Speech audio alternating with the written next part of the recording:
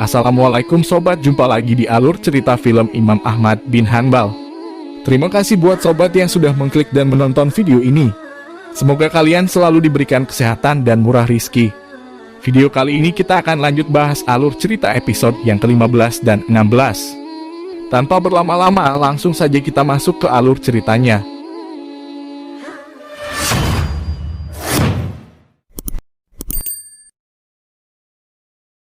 Baik sobat, melanjutkan cerita pada episode sebelumnya terlihat Ahmad bin Hanbal membawa oleh-oleh untuk ibunya. Ahmad meminta ibunya agar memasaknya menjadi makanan untuk disajikan kepada gurunya Imam Syafi'i. كأنك ستولم لعرس.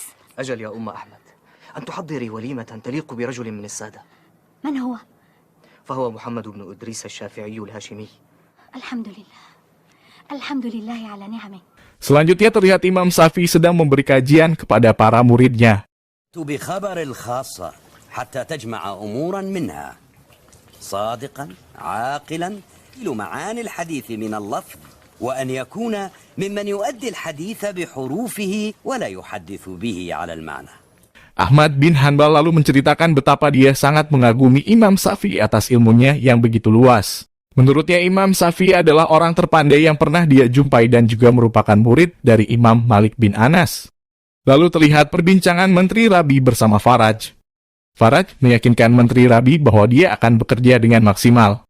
Menteri Rabi lalu mengingatkan Faraj agar tetap fokus dan tidak lengah karena beberapa hari ke depan merupakan hari yang sangat genting. لا تنقصك الفطنة يا أبا العباس. الأيام القادمة مهمة وحاسمة. فاليقظة اليقظة والحذر الحذر. إننا نريد أن نرى أفعالك لا أقوالك. Di sisi lain, Askasi merasa kalau waktu belum sangat tepat untuk mendekati dan berkomunikasi dengan Al-Amin. Menurutnya Al-Amin masih sangat marah kepadanya dan kepada Bishr al-Marisi. Selanjutnya Imam Syafi'i bersama Ibnu Nuh dan Malik bin Main berkunjung ke rumah Ahmad. Selain membahas tentang ilmu dan hadis, Imam Syafi'i juga menyampaikan sepenggal syair untuk Ahmad. Dan ternyata Ahmad bin Hanbal pun hafal betul dengan syair itu sehingga dia bisa melanjutkan penggalan syair yang diucapkan gurunya.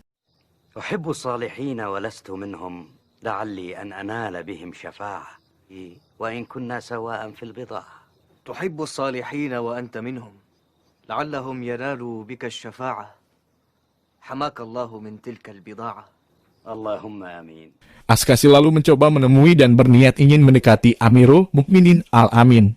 Namun Al-Amin belum mau bertemu dengannya karena sibuk. Komandan Masrur lalu menyampaikan pesan Al-Amin bahwa Askasi boleh menemuinya itu saat Al-Amin membutuhkannya saja. ولن يستطيع أن يراك الآن. إنه مشغول أيما انشغال. استودعك الله يا أبا هاشم. أخبرني أمير المؤمنين. اللبيب من الإشارة يفهم إن احتاجك أمير المؤمنين. Beralih ke perbincangan Al-Makmun bersama penasehatnya di Istana Khurasan. Sahal menyampaikan bahwa di Baghdad Al-Amin telah melantik putranya sebagai putra mahkota setelahnya. Al-Makmun lalu mencurigai kalau itu semua adalah perbuatan dan konspirasi yang dibuat oleh Menteri Rabi. Sehingga untuk melawan tindakan saudaranya itu, Al-Makmun berencana memboikot pasukannya dan tidak akan menyerahkan harta Khurasan kepada Al-Amin. Al-Amin amara bi an yud'a libnihi Musa. لا حول ولا قوة إلا بالله. تدبير من تدابير ابن الربيع يا أبا العباس. سأقطع عنه البريد وأسقط اسمه من الطرز والنقود لعله يعود إلى رشده. Sementara di Istana Baghdad, Al-Amin sangat marah mendengar informasi terkait perlawanan dari Al-Makmun tersebut. Dia lalu memutuskan untuk memerangi Al-Makmun dan mencoret namanya dari daftar pewaris tahta. بل هو ضرب هلاكهم أيها الحارث. أقسم أنهم سيندمون على ما فعلوا. أخي المأمون أصبح مطية لابن سهل وأطرابه. فسأعرف كيف أعيد إليه صوابه. وتأمر الولاة فيه أن يسقط اسم المأمون من الخطبة. Keputusan Al-Amin tersebut membuat beberapa orang khawatir, terutama ibunya. Ibunya lalu mencoba membujuk Al-Amin agar menarik keputusannya untuk memerangi saudaranya sendiri. Tapi Al-Amin tetap kokoh dengan keputusannya. Menurutnya apa yang telah dilakukan Al-Makmun adalah sebuah pemberontakan yang ingin merebut kekuasaannya. Jika ayahnya Harun ar-Rasyid masih hidup dan melihat perbuatan Al-Makmun, mungkin beliau juga akan sependapat dengan keputusannya. Ibunya terus mencoba membujuk dan membuat Al-Amin lebih bijaksana lagi terhadap keputusannya. Sehingga jangan sampai kemarahan Al-Amin melanggar janjinya kepada ayahnya agar tetap damai dengan saudaranya. Tapi sekali lagi Al-Amin tetap kokoh dengan keputusannya, bahkan surat perjanjian yang dibuat oleh ayahnya telah dirobeknya. Tidak ada yang mau mengalah salah satu dari mereka demi sebuah kekuasaan. Al-Amin dan Al-Ma'mun terus saling menyalahkan siapa yang lebih dulu melanggar perjanjian dan menyulut peperangan.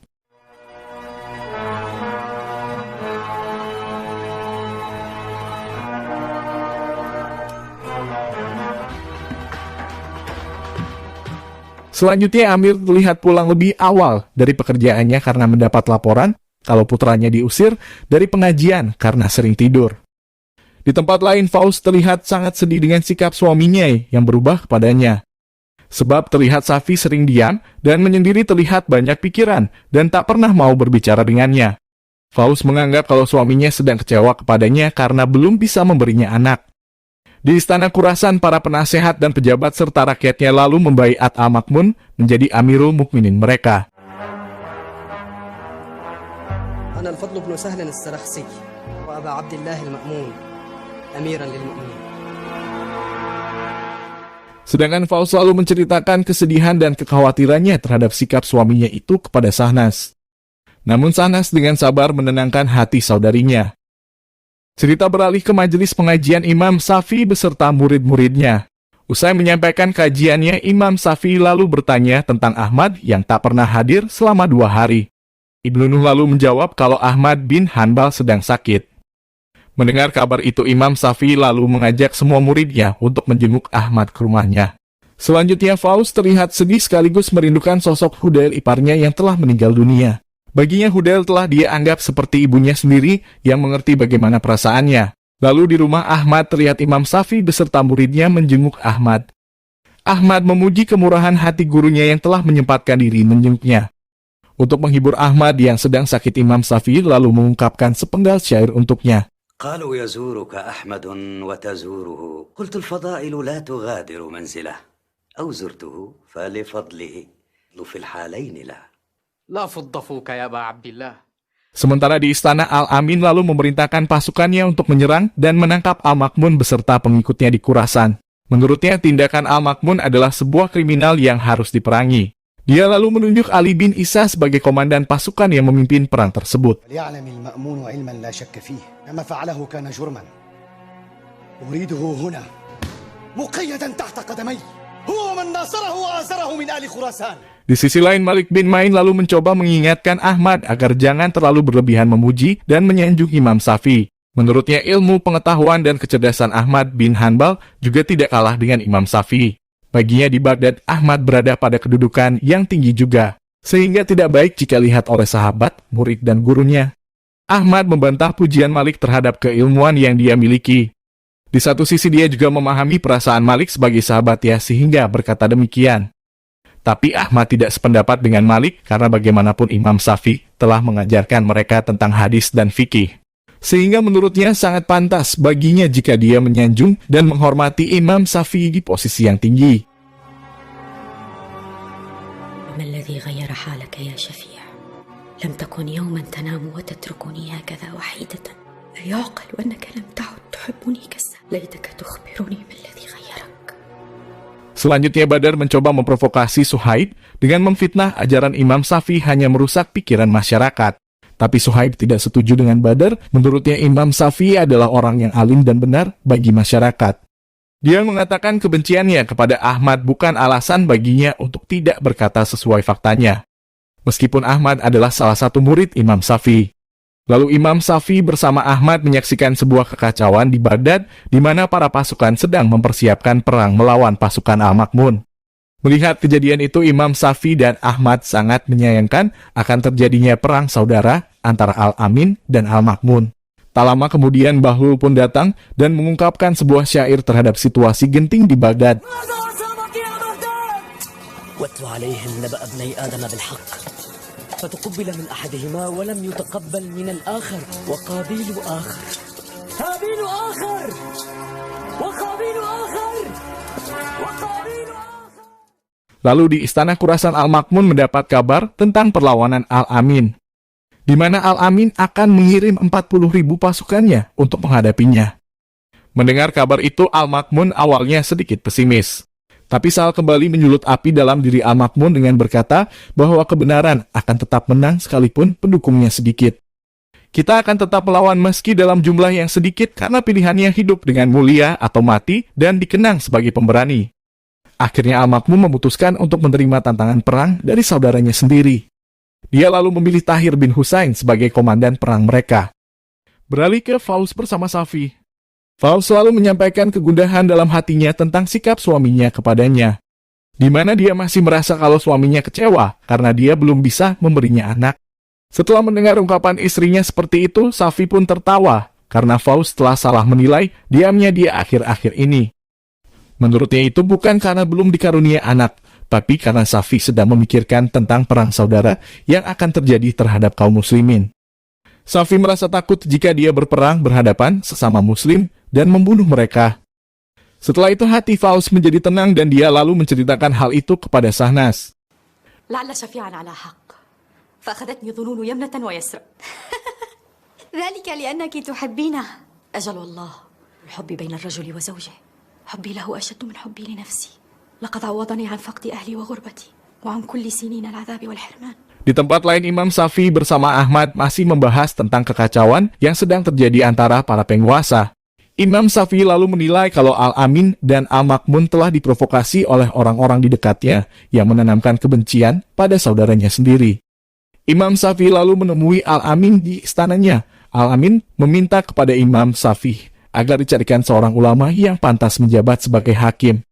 Imam Syafi'i lalu merekomendasikan Ahmad bin Hanbal yang paling pantas untuk jabatan itu. Imam Syafi'i selanjutnya menyampaikan permintaan Amirul Mukminin Al-Amin tersebut kepada Ahmad bin Hanbal. Menurutnya saat ini Al-Amin masih belum menemukan orang yang cocok untuk menempati jabatan sebagai qadhi atau hakim. Tapi Ahmad menolak tawaran jabatan itu dengan alasan dia hanya ingin fokus belajar kepada Imam Syafi'i. قد طلب مني أن ألتمس له قاضيا لليمن وقد رأيت أن تكون أنت هذا القاضي يا أحمد. لن يجد أمير المؤمنين حمل هذه المسؤولية. إنما جئت لأقتبس منك العلم. لا حول ولا قوة إلا بالله. يا أبا عبد الله إن سمعت هذا منك لن تراني ثانية. Beberapa minggu kemudian setelah terjadinya perang antar pasukan Al-Amin dengan pasukan Al-Ma'mun, Amirul Mukminin Al-Amin mendapat kabar bahwa pasukannya kalah dalam perang itu. Komandan perang mereka terbunuh oleh Tahir bin Husain, komandan perang pasukan Al-Ma'mun. Al-Amin sangat marah dan tak percaya bagaimana bisa pasukannya yang berjumlah 40.000 orang, jauh lebih besar dari pasukan Al-Ma'mun, bisa dikalahkan.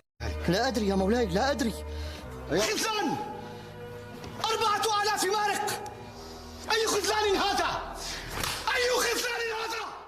Sementara di Khurasan, Al-Ma'mun bersyukur dan sangat bahagia dengan kemenangan yang diraih oleh pasukannya terhadap pasukan Al-Amin. Sahal lalu berpendapat sambil memprovokasi Al-Ma'mun bahwa jika Al-Amin melawan lagi, maka pasukan Al-Ma'mun akan menghadapi dan mengalahkan mereka lagi.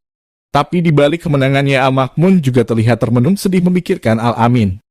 Dia berharap saudaranya mau menunaikan janjinya dan menyerahkan kekuasaan kekhalifahan kepadanya dengan damai. إن عادوا عدنا يا مولاي ولن يعودوا إلا لهزيمة إن شاء الله. ترى كم قتل من المسلمين في هذه الحرب؟ هذا ما أردته يا ابن أبي. أكان لك في الوفاء بعهد أبيك لي مندوحة عن كل ذلك.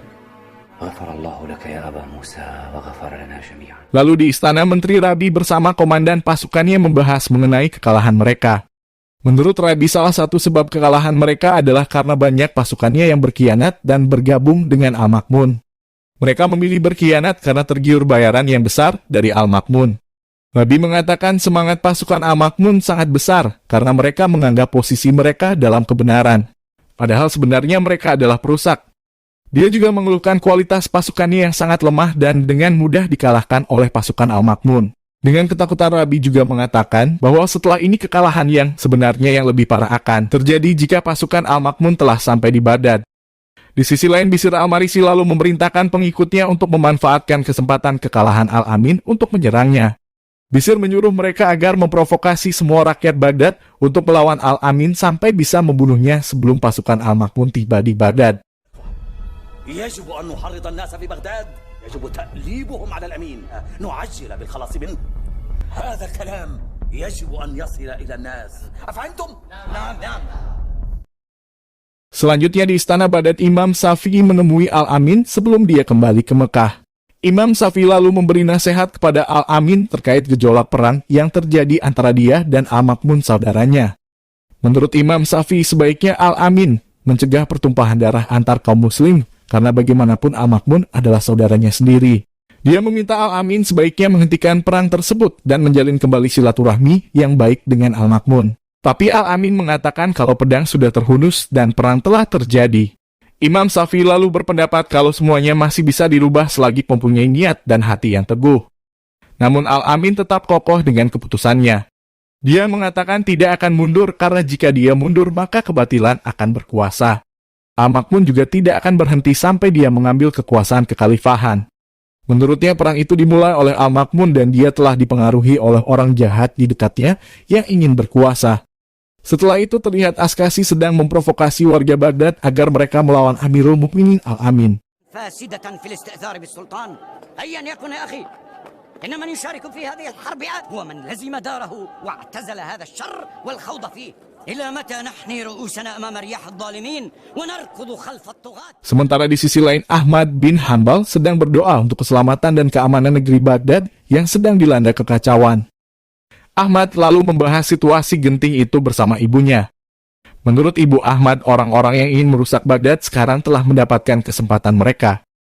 Ahmad lalu berpendapat kalau saja seandainya putra-putra Al-Rashid, Al-Amin, dan Al-Ma'mun salah satunya mau mengalah, maka situasi itu tidak akan terjadi. Karena yang hanya akan menjadi korban adalah rakyatnya sendiri. Beberapa saat kemudian pasukan Al-Ma'mun pun tiba di Baghdad dan menyerang benteng pertahanan Al-Amin.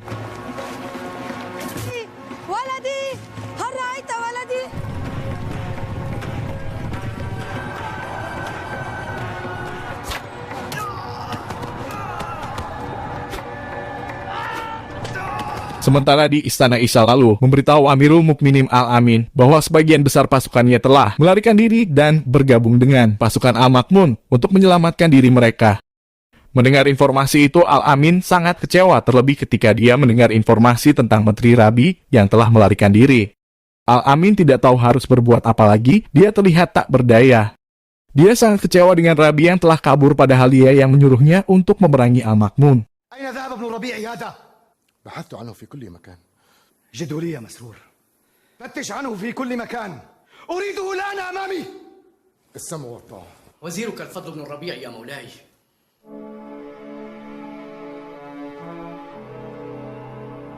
هرب بعد أن زين لي خلع المأمون والبيعة لابني موسى وليا العهد. تبا. Di sisi lain, Faraj bersama ibunya juga bergegas pergi keluar dari Baghdad setelah mengetahui Menteri Rabi juga telah kabur. Situasi di Baghdad menjadi kacau dengan datangnya serangan dari pasukan Al-Ma'mun. Pasukan Al-Ma'mun membantai semua pasukan Al-Amin dan para pengikutnya.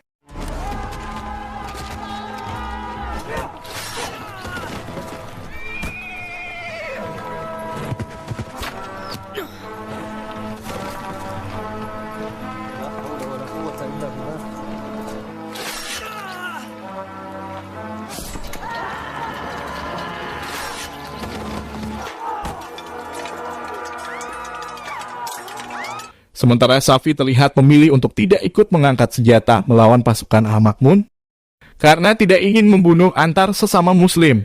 Sedangkan Al-Amin bersama ibunya dan Isa penasehatnya masih terjebak di istana. Mereka tidak akan bisa keluar dari Baghdad karena semua pasukan Al-Ma'mun telah memblokade semua jalan keluar. Al-Amin dalam situasi yang tak berdaya karena para pendukung setianya sudah semakin sedikit. Cepat atau lambat Tahir bin Husain dan pasukan Al-Ma'mun akan menangkap bahkan membunuhnya. Ibunya lalu memberi solusi agar Al-Amin berlindung dan keluar bersama pasukan Harthasamah Ibnu Ayan. Menurutnya Harthasamah adalah orang yang cerdas sehingga tidak mungkin akan menyakiti Al-Amin. Tak lama kemudian Al-Amin pun keluar dari istana Baghdad menuju tempat Harthasamah di sudut Sungai Dajlah. Setelah berhasil menyeberangi Sungai Dajlah, sayangnya Al-Amin justru tertangkap oleh pasukan Al-Ma'mun yang telah menunggunya.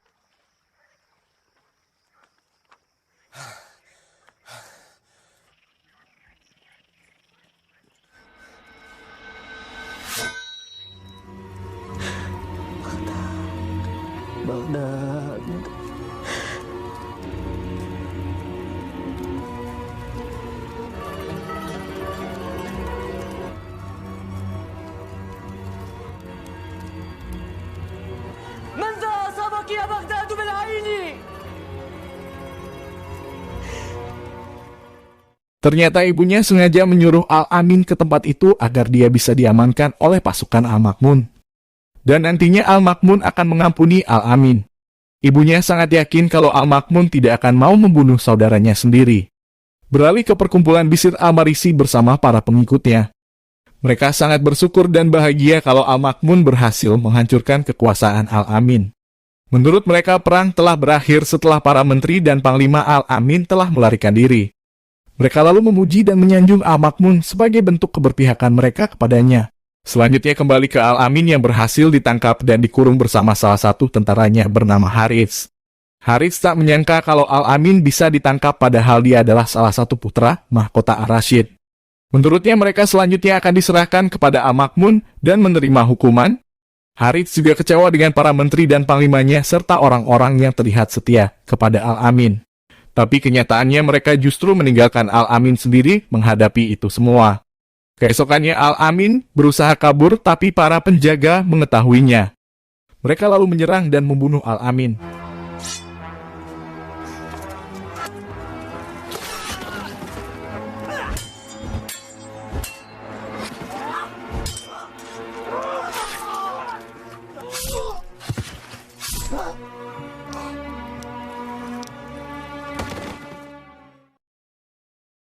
Beberapa tahun kemudian, tepatnya di tahun 204 Hijriah, Ahmad bin Hanbal terlihat semakin dewasa, di mana dia telah kehilangan ibunya yang telah meninggal dunia. Kepada sahabatnya yang selalu setia mendampinginya, dia berkata kalau dia pernah berharap ingin mati lebih dulu daripada ibunya. Setelah itu, Ibnu Nuh lalu mengingatkan Ahmad bahwa para ulama sedang menunggunya untuk mendoakan keberkahan kelahiran putranya. Baik sobat, ini adalah bagian akhir cerita di episode ke-15 dan 16. Jika sobat suka dengan alur cerita film ini, mohon like video ini dan jangan lupa subscribe juga agar sobat tidak ketinggalan alur cerita episode berikutnya. Wassalamualaikum warahmatullahi wabarakatuh.